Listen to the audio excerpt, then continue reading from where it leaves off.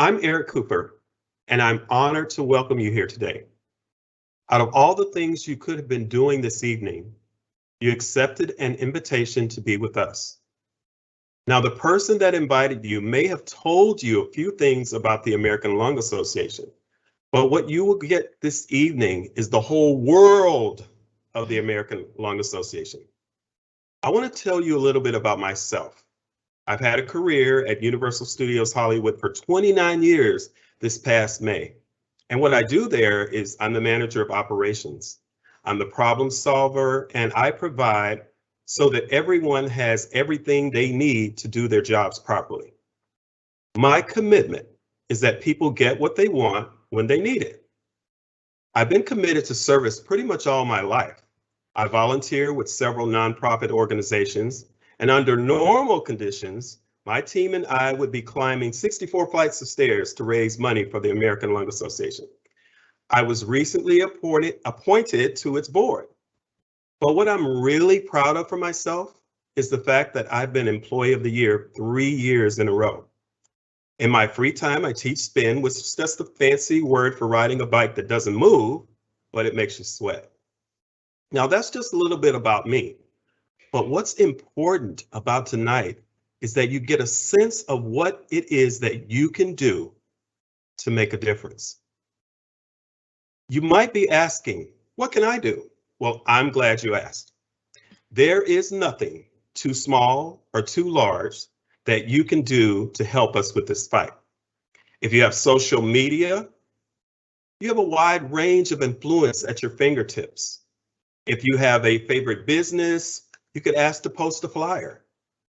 You have access to email and access to many friends and associates that you can share your involvement with and tell them how important it is to support this cause. You have a phone with hundreds, if not thousands of contacts.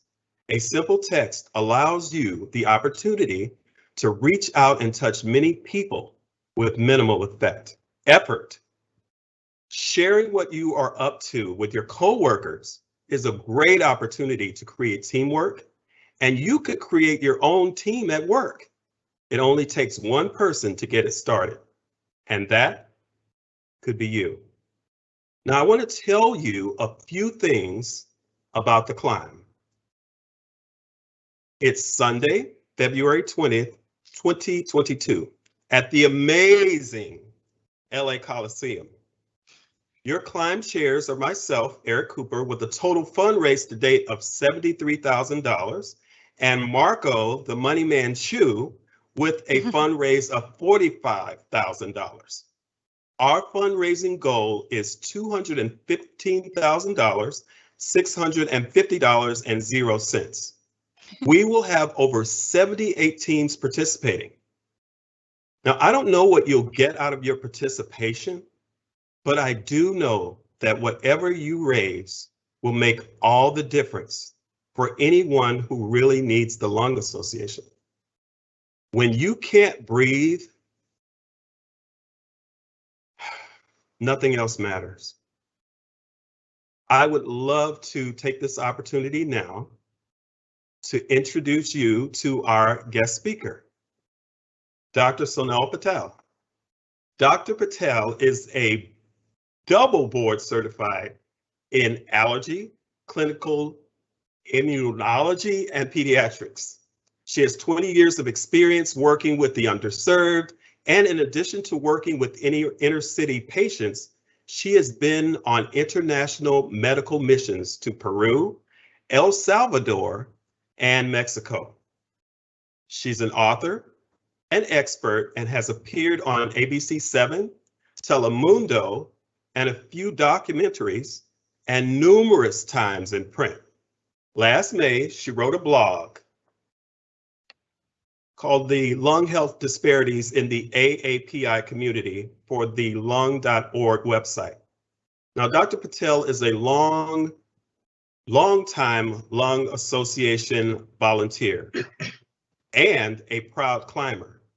Her team, Asthmabusters, has raised over $20,000. She's a native Angelino, wife, and mother of twin daughters. I would love, and it's my honor and privilege, to introduce to some of you Dr. Sonnel Patel.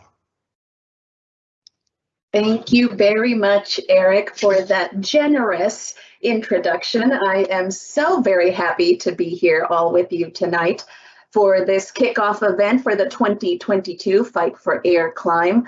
As Eric mentioned, I have been doing this for a long time. My actual very first event volunteering for the American Lung Association was in 2007. It was a kickoff event also for what was then called the Asthma Walk, which was also held at the LA Coliseum. So I have come a long way and seen a lot of evolution at the Lung Association. Our team, Asthmabusters, is small, but it's mighty. There's usually about less than a dozen of us. But we've been walking with the Lung Association, as I mentioned, since 2007 and doing the climb since 2014. And while we loved climbing the flights to the top of the Aon Center, we're very much looking forward to going back in person and doing a different sort of event at the Coliseum, being able to climb. And for those that I haven't been able to convince to climb, I can tell them to come and walk now as well too. So it's going to be fantastic. We're very, very excited to be participating. And I'm so happy that you all are joining us here tonight. As an allergist, what I do is I treat patients with asthma. So this is really the reason why I started volunteering with the Lung Association, because when you deal with patients, that can't breathe sometimes, it's really a big deal when your patients tell you, they're afraid to exercise because they don't want to have an asthma attack, or because their school is near the freeway. There's a lot of pollution and that causes them to have an asthma attack. When you hear stories like this day by day, you can't not want to do more. And that's why I started volunteering with the Lung Association, because they do fantastic work for those with lung diseases such as asthma, but not just asthma, COPD, lung cancer. They do amazing work in regards to smoking cessation. And what I think is our biggest issue of our time, air pollution. I think that is an important issue that affects all of us globally, not just those with lung disease, but it affects all of us, because it is true, when you can't breathe, nothing else matters. And so this is a lot of the reason why I started volunteering and started climbing and formed Team Asthmabusters with the Lung Association. And I think, with more recent events with COVID-19 and its effect on lung health and lung disease, this issue has become even more important, because this is definitely something that has affected everyone in the entire world. So I'm very proud of the Lung Association's COVID-19 initiative. They're dedicating over $25 million, investing in research, education, and advocacy over the next 3 years to provide lung education, provide masks to those that need it, having public health measures so that those in underserved communities can get the vaccine and other things that they need. And of course, then investing in research in other respiratory viruses so that we'll have more information to hopefully not be in the situation that we're in right now. One of the other reasons that I really hold the Lung Association dear to my heart is it's, places an importance on diversity, equity, and inclusion. As an Asian American, having worked for many years in East Los Angeles and before that in South Central, I know how important that is in regards to programming and advocacy, but also research into those areas, because there are discrepancies. And so this is really, all issues that are important to me and part of my life's work. So that's why I'm here. But rather than just listening to me spew off facts and details, I think it's really important to hear a personal story. That's why it's my great pleasure to introduce the next speaker, because she is really going to put a face on this. And when you see her, you can just tell she's a beautiful human being.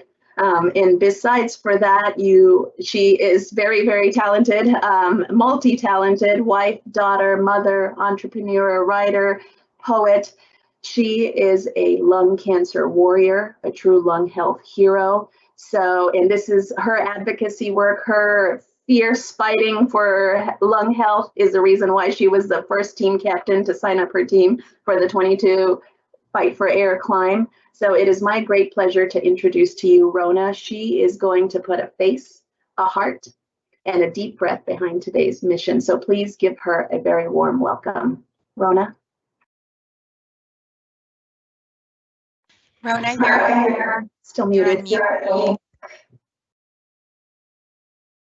Thank you, Dr. Patel. And hello, I'm so excited to be here. Thank you all for being here as well and supporting lung health, whether it's asthma, COPD, COVID-19, or in my case, lung cancer. We're a community advocating for increased research to find cures. My name is Rona, and I'm grateful to be here as a lung force hero and share my story, my journey, and my journeys of hope and self-advocacy. In 2017, I was 45 years old, anticipating life's changes and welcoming the unknown because my husband was officially retiring from the United States Marine Corps, and I was preparing to re-enter the workforce. Fatigue was present. However, you just kind of like, oh, I need to work out more. I need to eat more healthy and put it to the side. However, I finally went to the doctor when these two fingers, my left ring finger and pinky finger, they had become numb. They would get numb sometime. And so I was having numbness there, some heart palpitations, and I was getting sharp pain in my left breast. None of these are related to lung cancer because it tends to be asymptomatic. I believe it was my body's prophetic way of alerting me that something was wrong. We know our bodies and must listen when they are yelling out. So I was not prepared for the nodule that was found on my lower left lobe. I'm sorry, my lower right lobe of my lung. And with our insurance changing from active duty to retirement, we were concerned what would be covered. So within 2 weeks, I was in surgery. This was in September of 2017. I was in surgery to remove the nodule, and the plan was to biopsy it while I was still on the table. And if it returned malignant, the surgeon would then remove the entire lower lobe and some lymph nodes as well. So I was diagnosed and healed on the same day. Okay, so we moved in with my mom, and she's been a tremendous angel of help for even just today. Our daughter was about 5 years old, and we explained to her that as I was healing, she would have to be gentle with me, not the typical 5-year-old jumping around and such. And she did. She was very gentle. She helped care for me, bringing me water, anything I needed. And I'd say like a couple of months or so later, she came home, and she came home from school. She was so excited. She ran up to me and leapt into my arms, and I grabbed her, and then she was, oh no, mommy. And I said, don't worry about it. I'm getting better and better each day. Almost 100% back to myself.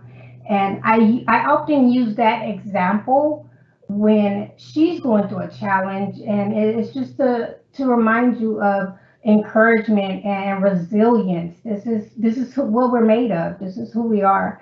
And so I like to also share the story that when I returned home with 13 medications from the hospital after my surgery, I was motivated to get off of the narcotics and just get off with all these medications. I didn't like them. And so because I had my treasured red wine, which didn't work together with it. And so I was off 3 narcotics within a couple of weeks. And by Thanksgiving, I was sipping my red wine for dinner. So I was really excited about that. About 6 to 9 months after surgery, a pulmonologist said I was healed and could return to life as normal. So I did.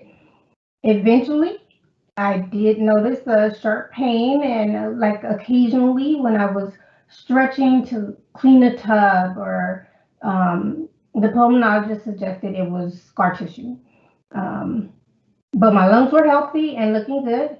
So over time, the pain described as chest wall pain grew more severe. And amidst the COVID madness, I continued to advocate for myself. And in May of 2020, a CT identified ground glass. And the exact place where I was, an exact place where I had been complaining about the pain. And it was, the pulmonologist insisted that it was too small to cause that kind of pain, and it was probably nothing, maybe a little mucus, some vessels, don't worry.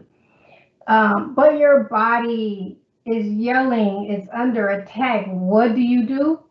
You worry. So that's what I was worried. I knew.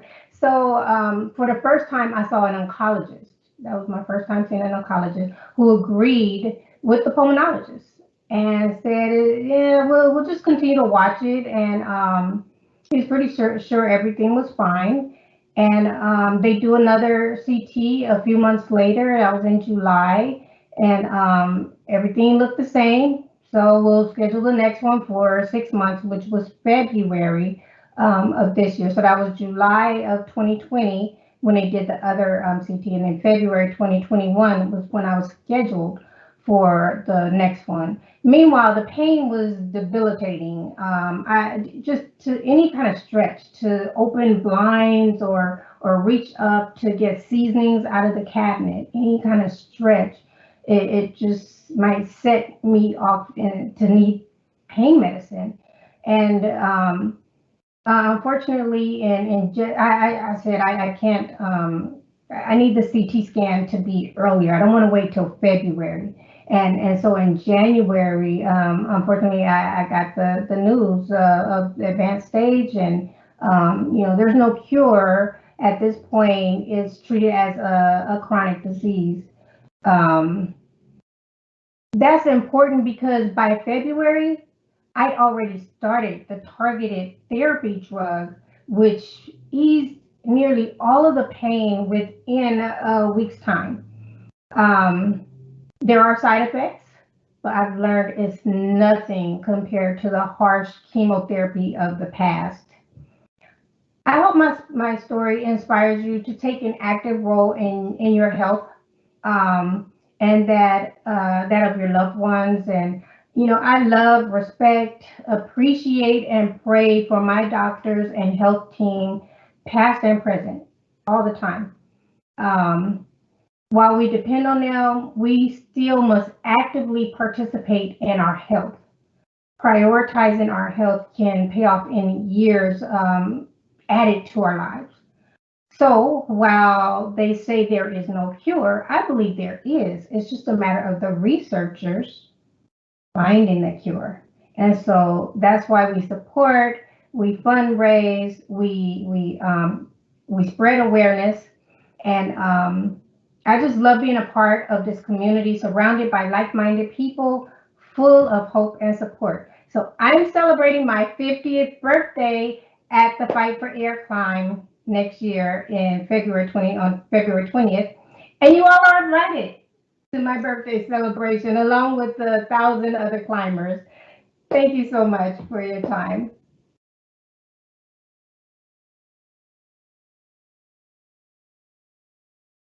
Thank you so much, Rona. You really put a heart and a face on this mission. And for those of you that are wondering, what can I do? You can do a lot. We will be looking for volunteers. We will be looking for sponsors. We'll be looking for fundraisers. But most of all, we're also looking for team captains. So just to let you know, a team can be 2 people or more. You heard from Eric. Eric has a team of historically 100 people. Some people come out with 2 people. Dr. Patel talked about her team of 10 to 12. All of that works. So There is no right size for a team. Most teams do end up being somewhere between 10 and 12 people, which is great. And that's a wonderful size to shoot for. We also say that there are 7 steps to having a strong team. The first is simply to sign up. So that's an easy process. You can go straight to our website. You can email us at socalclimb@lung.org. We can make it happen. We also wanted to let people know that there is an option called Climb Your Way. So if for whatever reason the Los Angeles Memorial Coliseum doesn't work for you, you can choose a path close to your home and simply climb your own way. So that's an option, and you can again sign up for that on our website. Number 3, decide how many people you think would like to join you. A team, again, can be 2 people, and it could be up to 10, up to 100. So just think about that. And number 4, set up a 20-minute brainstorm session with us. We can help you figure out how to get to whatever your goal is. Number 5, schedule an inspiring kickoff for your coworkers, your family, or your friends. We can do some version of this. It can be virtual. We can also help you create something in real life. So that is an option. Number 6, and Eric talked about this in his opening statements, use social media. So a lot of teams have been built on Instagram. People love Facebook, or we have a TikTok group. Mackenzie, who many of you have been receiving a lot of correspondence from, loves our Facebook group. So make sure you sign up for that. She has a lot of fun challenges and updates in there, and that's a community in and of itself. We also, this is just a little bonus, we have a special going for the first 50 teams that sign up. We have a raffle. So you will be entered into an opportunity to win a VIP package day of. It will include VIP parking, the opportunity to choose your wave time, and or skip the front of the line. So when you get to the climb that day, you can simply go to the front. Number 7, think about your why. You know, this year, Rona's story has really been a huge why for me. I hope it is for you as well. You also probably have your own story. I do a lot of this in memory of my mother, Virginia Jane Tatlanghari, who received a stage 4 lung cancer diagnosis and passed away from her fight 6 weeks later. Now, because of the different, the research and the advancements, a stage 4 lung cancer diagnosis doesn't have to have the same outcome as it did for my mom. And I think that's really inspiring when I meet people like Rona and our other Lung Force hero, Marlo, who are surviving for 5 years and more. So they're a big reason why. Here you see Chantel. She's one of our strongest team captains as well. She does this in memory of her grandmother, Doris. So think about your why and update your personal page. And for those of you that do choose to have a team and might want to do a kickoff, we have a personal gift for you. We have right here these gaiters and t-shirts from a very pivotal year for all of us, 2020. So you can pick those up for us and get your team started.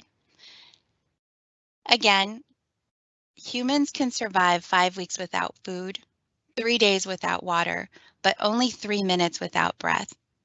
So we really want to thank you for your consideration and your support of our mission, for all the work that you do, for however you choose to get involved with us this year for the Fight for Air Climb 2022 season. We will be here. We'll be hanging out for a little while to take your questions and answers. Again, thank you for your time. I thank our speakers, Eric Cooper, Dr. Sonal Patel, and of course, our heart and soul of the event, Rona White.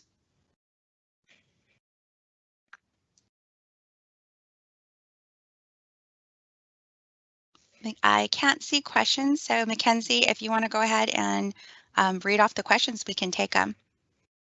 Yes, so our first question is, what are some good ways to find new members to join your team? Ooh, that's a good one. So, and then I will encourage too, Eric or Dr. Patel, if you want to weigh in here, but I think that it's great to go to your friends and family and your coworkers, of course, are a strong place to start. Rona, I think you're probably going to be going out to your church as well. And if other people want to weigh in here, please feel free. I'm so sorry, I can't see my screen. I'm having a little bit of a tech issue. So I'm winging it a little bit, literally blind. No worries. This is Sonal. Yeah, what I've always done is, like you mentioned, Maxine, friends, co-workers, family, that's who I usually have on my team. I think what I'm going to do this year is I'm going to challenge each of my teammates who's joined me before to bring one new member. So I'm hoping that that can increase our team. So if they all then reach out to their family, friends, and coworkers, hopefully we'll be able to grow our team. So I'm going to throw that out as a team captain challenge to my team that everyone has to bring in one new member this year. I love that. What about you, Eric? I would say the best thing that's worked for me is reaching out to the people that you're with 8 hours a day, your coworkers. You know, you spend more time with your coworkers than you probably do your own family for the most part. And wouldn't it just be an amazing accomplishment of teamwork to gather people that you work with who are around you 8 hours a day to participate in such a worthwhile cause? You'd be surprised at what people will say if you just ask. Just ask. And no, you know, is no. But if you don't ask, you don't know. I love that. Okay, Mackenzie, you want to go with the next question? Yes. So we have Diana's Divas asking to share more of the logistics of the climb. Yeah, I would. I'd love to invite Frances to share here because she actually, she and Mackenzie were able to go and see the venue and have some really amazing ideas for it. So, Frances and Kenzie. Yeah, happy to answer. Welcome, everybody. We are in the planning stages with the committee and the board, so I want to preface this with that. So nothing's etched in stone, but it's looking like we are going to have 2 stair courses, one with approximately 1,100 steps, and then another challenge, a bigger challenge with approximately 2,500 steps. So we'll be having those 2 on opposite sides of the stadium, along with a walking opportunity for those who may not be able to climb or may not, you know, want to climb on that day. We're working with the Coliseum to define that, but we're really aiming for the track around the field. That would be ideal. It may be the concourse, but we'll know more details as we go. The festival portion will be right inside of the front gates, in front of the major, you know, the main pillars. And then we'll have a little stage there for the kickoff. We'll have our warm up there. We'll have our vendors there and our sponsors, you know, the place to pick up tickets and whatnot. I mean, your t-shirts and your medals and whatnot. So, and just as far as like parking is across the street, a very short walk in the parking lot of the California Science Center, if you've ever been there. So more details around that. We will be having water stations, and we will have some type of snack, whether that's like a power bar or fruit. We're working on all of that. And again, if anybody wants to volunteer, if anybody on this call has contacts for these types of items, we are looking for donations. And so you can be part of the planning committee and help us arrange and secure those types of items. We're thinking as far as timeline for the day that check-in would start around 7:30, 8 o'clock. The first group to go out would be 9 o'clock with the opening ceremony around 8:30, and then we'll stagger the groups so that everybody feels safe together yet separated. And you know, we're gonna have a good time. We're really excited to be at the Coliseum. We're really excited to see everybody, and looking forward to a great experience. And Francis, can you also share where we can get the t-shirts? Sure. So anyone who meets their minimum goal of $100 gets an official 2022 Fight for Air Climb t-shirt. We will be having pickup days as we've had the last 2 years, probably outside of our office on Wilshire Boulevard. We'll have a couple of pickup days so that team captains can pick up their team packets, which would have, you know, the t-shirt and any other information that's needed. And that's just tentatively depending on the climate that we're going to be experiencing in Los Angeles. If all goes well, the ideal scenario would be everyone could pick up their t-shirts on walk day. I mean, on walk climb day. There'll be a station for that. So, you know, you can complete your climb, pick up your medal, pick up your t-shirt, some little goodies, visit our sponsors and vendors, and have a good time. We're also working on a beer garden tentatively. So working on that, and again, more finalized details will come as we get closer to the date. And if I could just piggyback on that again, for those of you that do want to do like a mini kickoff like this for your work or your friends, we do have those collector t-shirts from 2020, which as we all know, was a year that changed so much for so many of us, along with those gaiters. So we're doing them in packs of 5 or 10, depending upon how big your team is. So just keep that in mind. And Francis mentioned our office. It's a simple pickup, and you can have that little packet of goodies to help create some fun and some vibe for your team. And Maxine, how many steps was the Aon building? We have a question from Diana Stevens. Hi, Diana. You know, I don't have that number right off the top of my head. I apologize, but I want to say it's somewhere in the neighborhood of 1,493. I know it was 63 flights. But Diana, we will get back to you with the exact number. And one of the things I was thinking is that at the Coliseum, we even want to kind of mark the stairs, which would have been sort of that same number of stairs at the Aon building. So paying a little bit of homage to that. And just to remind all of the walkers on the call today, we had 3 walks, you know, in Inland Empire, Orange County, and Los Angeles. We will be adding a walk course to our climb. So we know we have a lot of beloved climbers on the call and also walkers. So please know when we say climbers, we mean climbers and walkers. Great. So our next question is, for some of the more experienced climbers, what are a few of the best methods to fundraise as a small team? I would actually love to hear from Sonal, Rona, and Eric, actually. Sonal, do you want to take this one first? Sure, no problem. Beg and plead. If you don't ask, you don't get it. So really, actually, what I do is I use the website, the Climb website, the participant login center, and I basically email everyone on my contact list. And you would be surprised by how many donations that you'll get that way. That's how I get the bulk of my donations, really, is just literally emailing every single person that I know.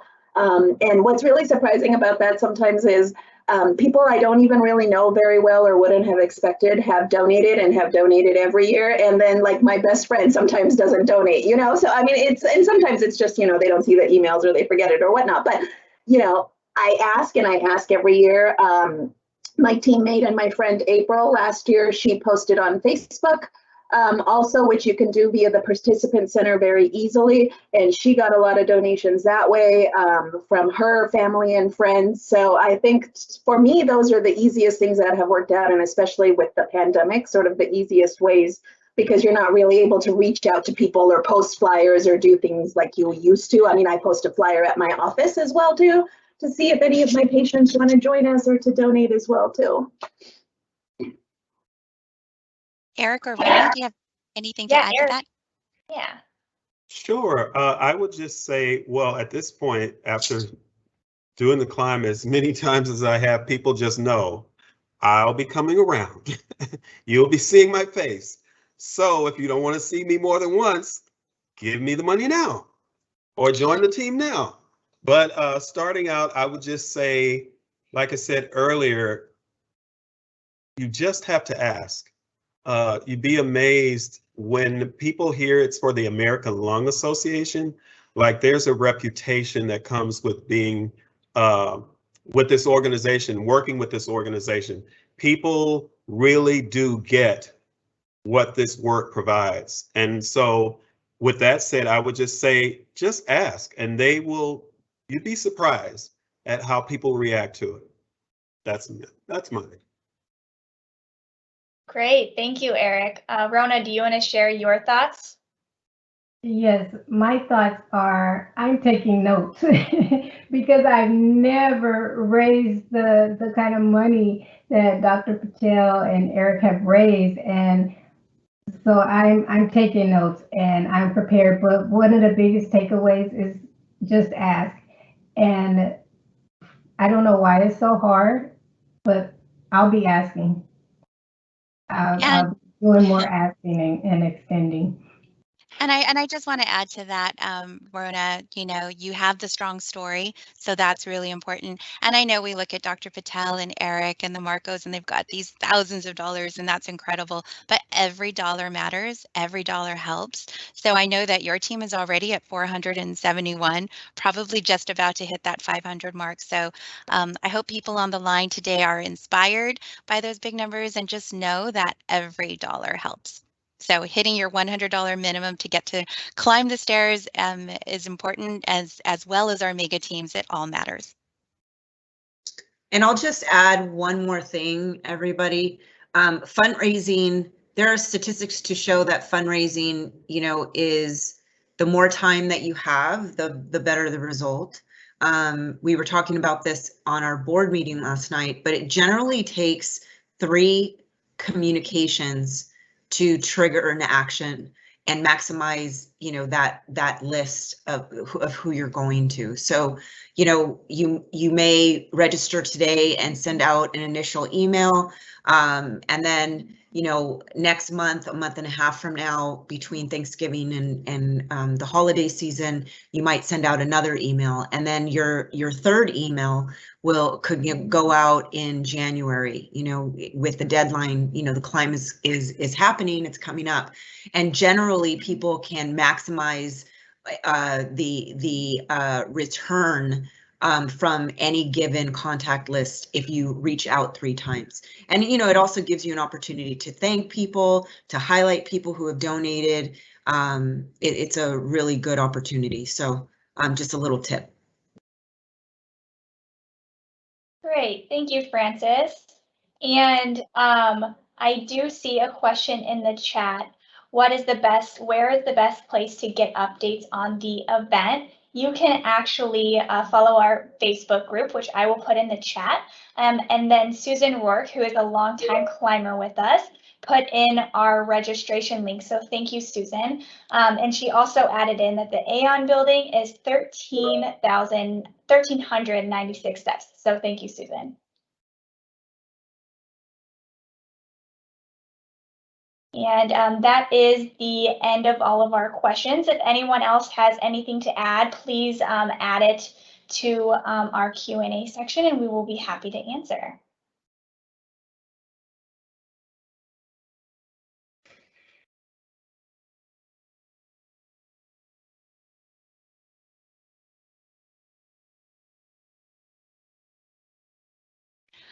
Okay, everybody, I just want to thank you so much for attending today. If you have any future questions, please feel free to get in touch with us at socalclimb@lung.org.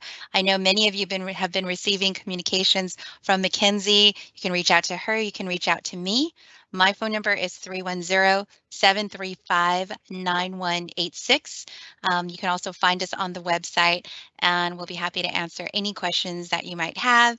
And again, just want to thank you. There are so many things you could have been doing tonight, and you chose to be here and say that this mission is important. So just thank you from all of us.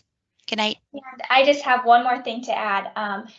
We just got a question in about how to join Rona's team, which is exciting. So you can actually go to our website, and if you look at the team list, Rona's team will be there. She is the Lung Warriors. I will also put in the chat her link, and you can join that way. Thank you so much. Great. Bye, Have a everybody. good night, everybody. Thank you.